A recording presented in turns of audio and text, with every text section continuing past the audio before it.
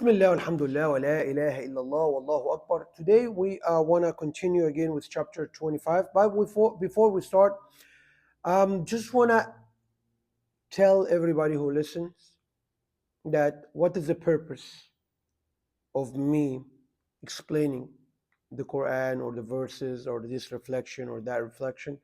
Basically, the purpose is understanding. I want everybody who's interested in Islam, who is a Muslim, to understand what is really Islam is all about. And it's only foundational. I'm talking about foundations.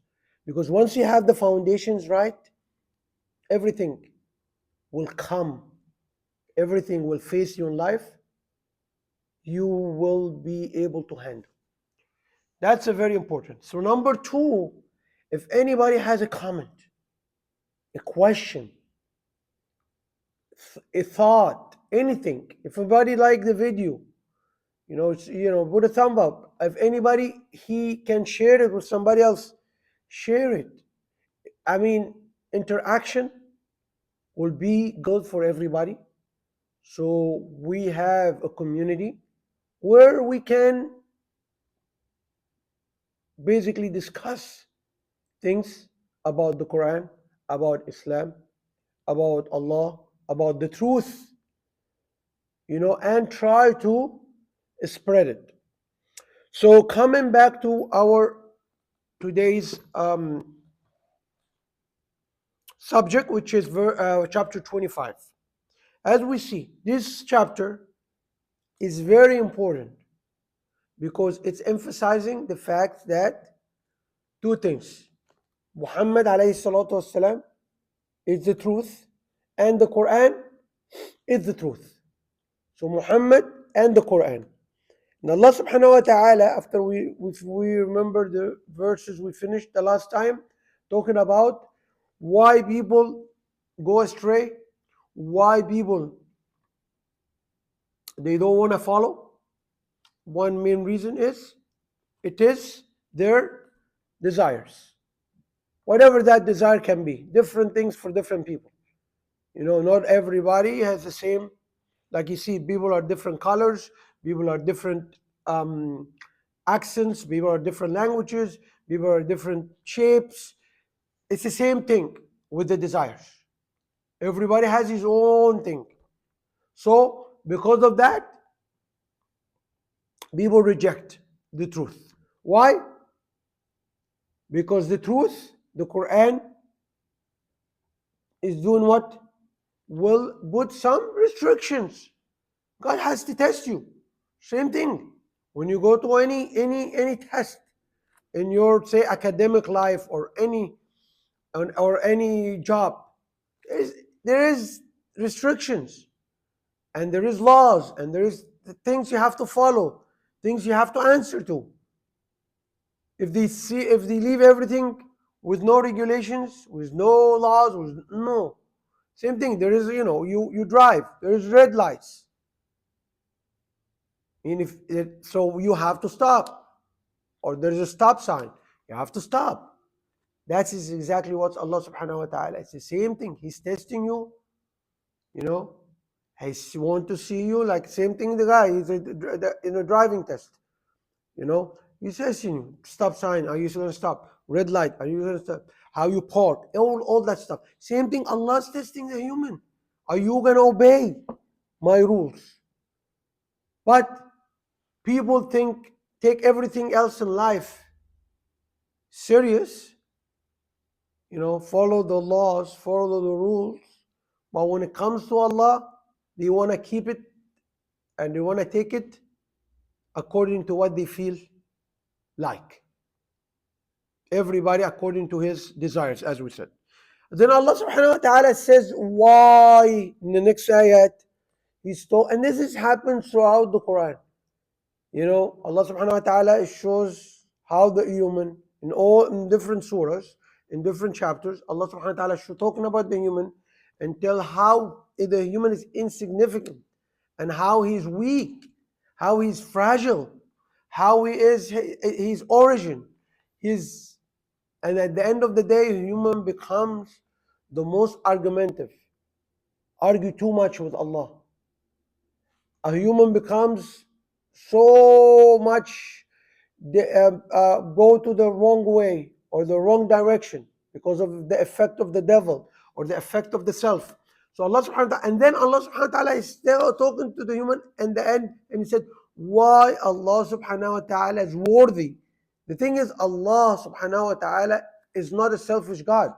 Is not God who bring somebody or shackle him and tell him do this, do that. No. Allah subhanahu wa ta'ala is the one who's worthy. And that's who's worthy to be followed because of what he have done and what he is doing to the human, to all of us. So that's kind of theme you'll see repeated all over. So as Allah is telling, this is Allah subhanahu wa ta'ala worthy, is the only one who's deserving. So Allah subhanahu wa ta'ala is telling you, if you're following your society, if you don't want to be a Muslim because of your environment, if you don't want to be a Muslim because of the family, of the society, because of the whatever, of the co-workers, of this, of that, none of them will help you. None of them, whenever you face a calamity, whenever you face a turmoil, whenever you face anything in life, everybody, trust me, everybody, most of the people, even your brother, your sister, will distance themselves. Maybe they'll help you for some time, but at the end of the day, they'll leave you. We see it all the time. The only one who will stay helping you in good times, in bad times, when you're sick, when you're healthy, when you're poor, when you're wealthy, is Allah subhanahu wa ta'ala. That's why Allah subhanahu wa ta'ala keep repeating that concept is follow me alone. I am the one who will deliver you. And don't give away my rights. Don't disobey me so you can please others. That's what happens all the time. People please others, they commit sins. And Allah is the one who gave us everything. We forget about Him. So Allah subhanahu wa ta'ala is mentioning in this ayat why He is worthy. So He's mentioning, Allah throughout the Quran mentioned so many things. But in this ayat, He's talking first of all about the shadow, about the sun cycle, how the earth moves and rotates around itself, how the earth rotates around the sun. And Allah subhanahu wa ta'ala, He said, from there is shade. And the shade changes. Sometimes you have a big shade and a small shade according to the movement of the earth and a movement of the sun. And the sun is the one which indicates how big is that shade. Then Allah subhanahu wa ta'ala says, وَهُوَ الَّذِي جَعَلَ لَكُمُ اللَّيْلَ لِبَاسًا. He's talking now also because of the sun and the cycle of the earth and the sun. He make the layl, the night time, as a cover for you. People who sleep at night. And you see that Allah subhanahu wa ta'ala, darkness. Because at that time, that's a reaction between the dark and your body. Melatonin gets secreted. Melatonin gets released. So you can sleep and have rest. So that's number one. That's how He makes the sleeping at night, the sleeping rhythm is more deep, more resting. So that's why you will get refreshed so you can start your next day. So there is a sleeping cycle, and that cycle is supposed to go with the nighttime. So he made the night to show you as a cover for you to sleep, to rest. وَالنَّوْمَ subata, and he made the sleep as comfort. وَجَعَلَ النَّهَارَ nushura, and he made the day as a place of spreading, going. Everybody goes after his affairs. The doctor goes to his hospital. The patient goes to the doctor. Everybody goes and try to seek sustenance, try to earn a living. Then Allah subhanahu wa ta'ala again, so he talks about the sun, then talk about that cycle, creates moon, creates day, creates night.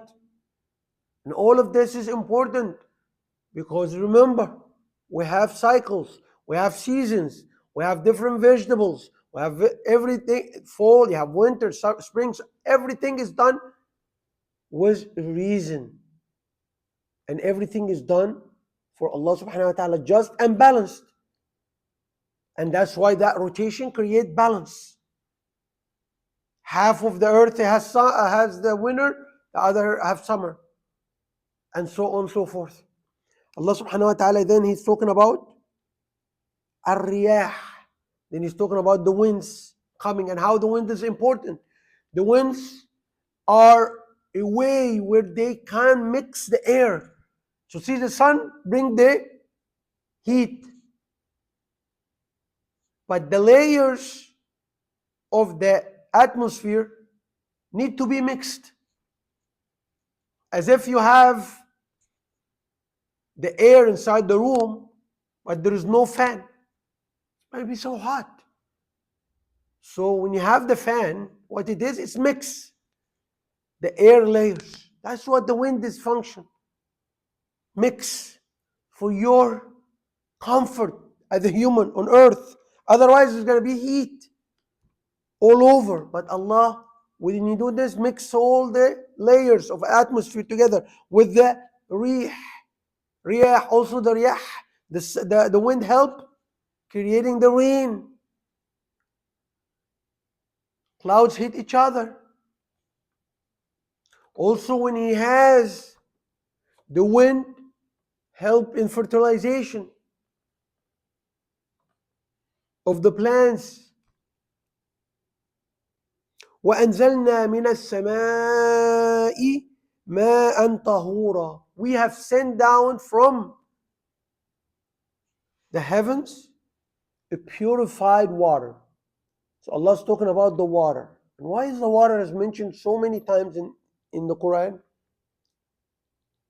Because the water is the mean of life.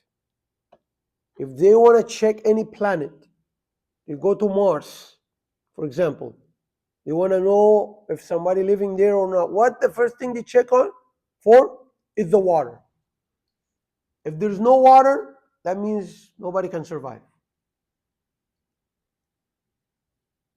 So also on earth here, Allah subhanahu wa ta'ala is telling you that water is the essential unit, the essential element for us as a human to live. And remember, it is not done by chance. You have 70%. Out of that 70%, almost 90, out of that 70% is water. Out of that, you have almost 65 of that is ocean, salt water. And you talking about salt water. Why is more salt water than fresh water? Because the salt water is less likely to evaporate. Imagine you change that balance. If there is evaporation of water so fast, you'll have so much rain coming down. But because of the salt water holds the evaporation of water, because the water is kind of attached to the salt molecules that to make an equilibrium, make the water evaporate less slowly. So the rain comes with a certain amount. So the earth doesn't get flooded. Allah subhanahu wa ta'ala is the one who make all of these things under balance and equilibrium. So Allah subhanahu wa ta'ala says, وَأَنزَلْنَا مِنَ السَّمَاءِ. So the water is the most important thing. All what you see from the rivers, what you see, drink, everything is from the water and the water cycle. And remember, when we discussed before some surah, water wasn't even an original component. There is said that glaciers, meteorites came and fused with earth at the time of the formation. So he's the most intelligent, the magnificent Lord. He made sure, it's like a smart architect. He made, before he designed, before that building come to existence, every single thing in that building is specified. Where is going to be, he's going to put the heating system, where he's going to put the electricity, where he's going to put that plug, where he's going to be the cables, where everything is specifically 100% done with Allah subhanahu wa ta'ala. Then Allah subhanahu wa ta'ala, He said, لِنُحْيِي بِهِ بَلْدَةً مَيْتًا وَنُسْقِيَهُ مِمَّا خَلَقْنَا أَنْعَامًا وَأَنَاسِيَّ كَثِيرًا. With that water, we make dead towns, cities alive again. Vegetation comes. And you see, for example, in Saudi Arabia, now they have, and this is another, not miracle, but signs of the times we live in times, that vegetation and water, the amount of water this region is receiving right now is so high that these mountains they have, which has no plants and stuff, vegetation started to come right now on the top of these mountains. Something didn't happen for like hundreds and hundreds of years because of water is coming. So it's coming to life again. And Allah subhanahu wa ta'ala said, and that water will give to the animals, will give to the humans. And also Allah subhanahu wa ta'ala, a lot of times when He talks about water, this is also a meaning of that revelation.